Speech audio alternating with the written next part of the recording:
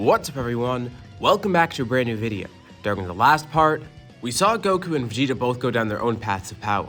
As for Goku, he finally showed off Blue Kaioken, but also realized he could probably be doing something more. And for Vegeta, he showed off Super Saiyan 4, a stepping stone to what he really wants to achieve.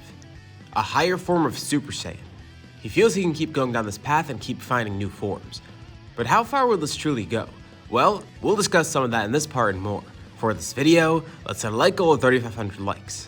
Hitting that will let me know you guys want to see more videos like this, and it really does help out the channel, so be sure to drop a like. Anyways, let's pick it from here.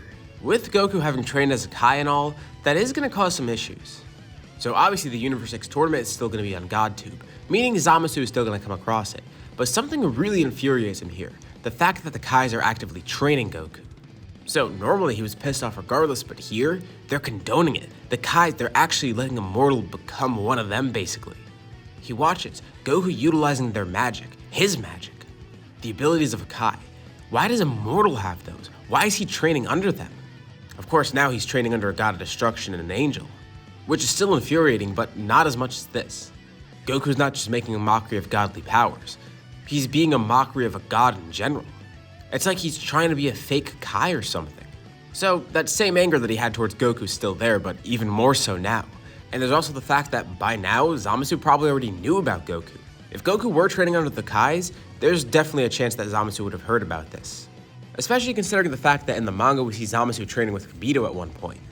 Who's to say he wouldn't know about Goku? Probably not having trained with him, but knowing about him.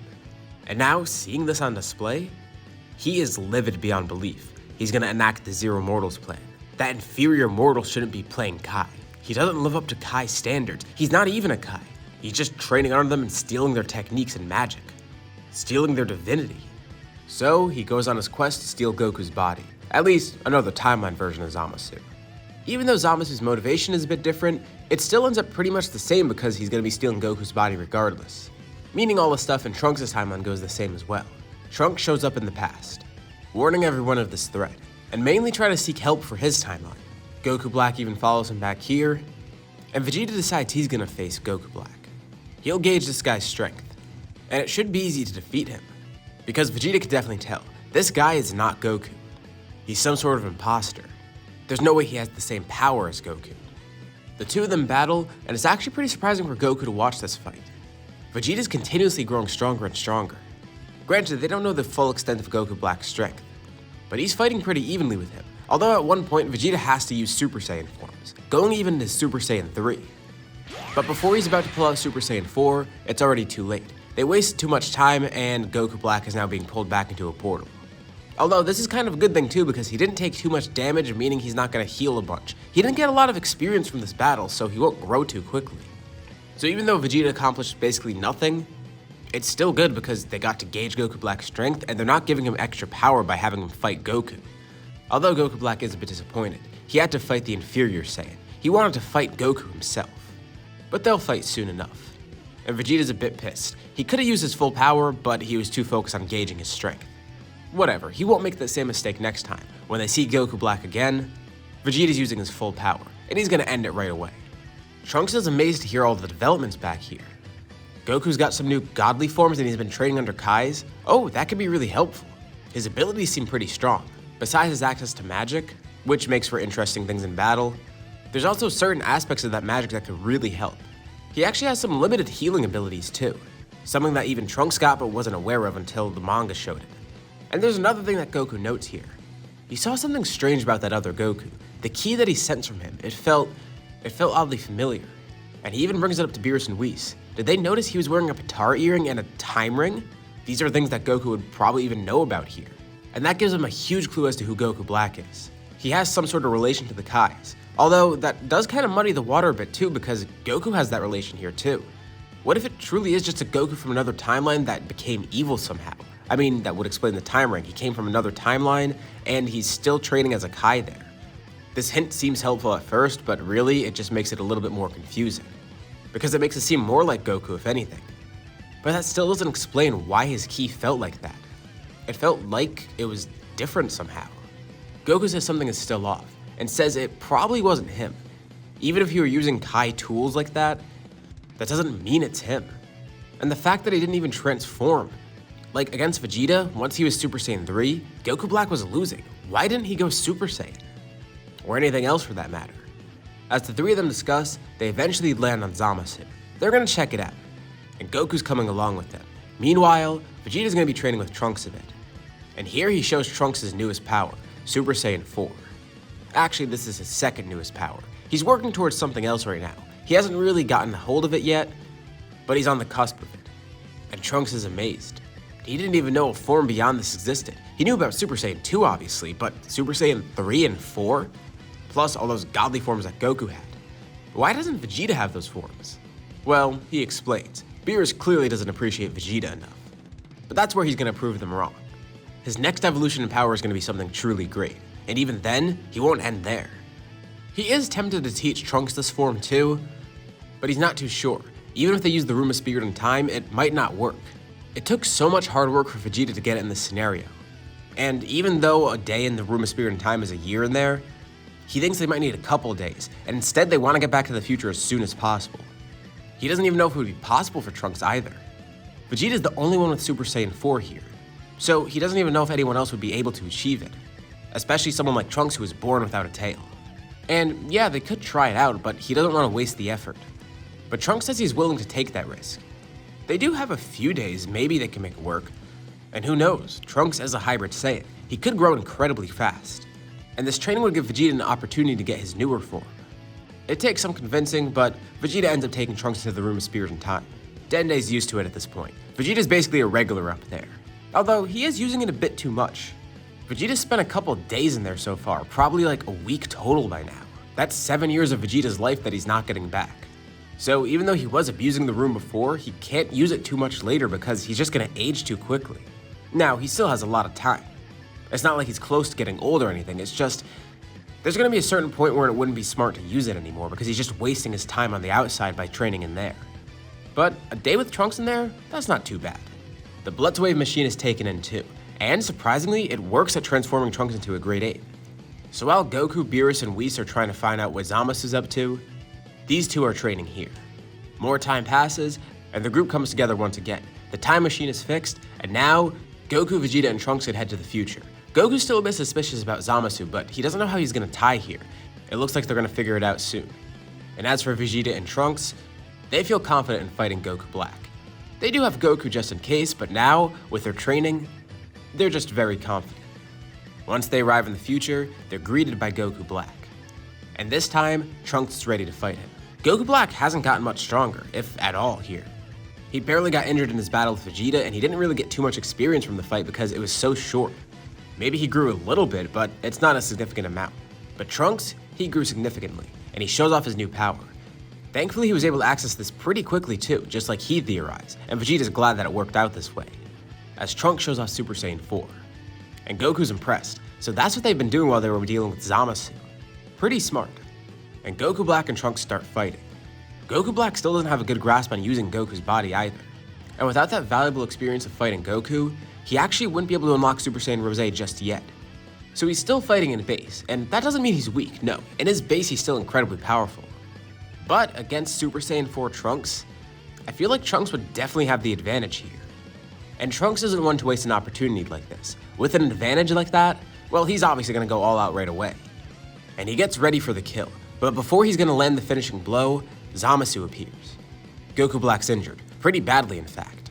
And Zamasu tries to heal him as quickly as possible. And Goku perks up. He knew it, Zamasu is involved. While he's trying to heal Goku Black, Zamasu is then tackled by Goku, trying to get him away so he can't heal Goku Black anymore. And it should be easy to kill Zamasu. Goku powers up into blue just to make sure the job is finished. This is overkill, but he needs to end this as quick as possible. And he completely destroys Zamasu with the Kamehameha, although Zamasu regenerates soon after. And even though Goku Black didn't get fully healed, he did get partially healed. He stands up, it's just enough. And utilizing his anger too, he finally sees now a way to transform. He powers up and goes Super Saiyan. Not Rose, just normal Super Saiyan. This is great for him, but a bit underwhelming too. He still wants to get more, but this is fine. This will be more than enough to face Trunks. Goku tells him he's gonna try and figure out what's up with Zamasu, and he'll hold him off. They can't let the two of them be together because if that happens, well, Goku Black's just gonna get stronger and stronger. Goku has seen how fast he's grown so far. and he knows it would be dangerous for Goku Black to have a Kai on his side.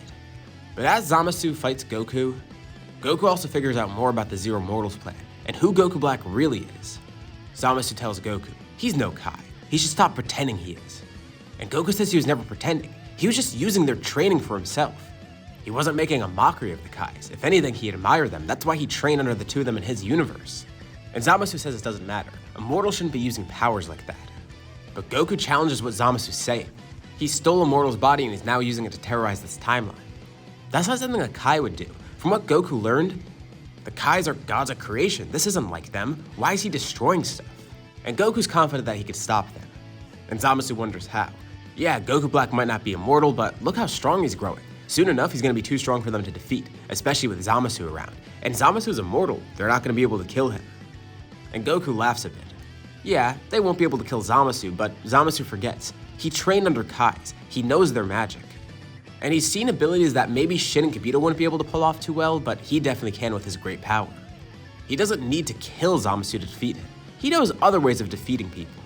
One of them being sealing. He's seen this before with King Piccolo, or at least heard about it. There was something called the Mafuba. It was something similar. And Kais have abilities to seal things too. It's exactly what happened with Moro way long ago. And Goku would probably think that's the best option here. If he can't kill Zamasu, just seal him away. And it's pretty simple for him given his great power and all.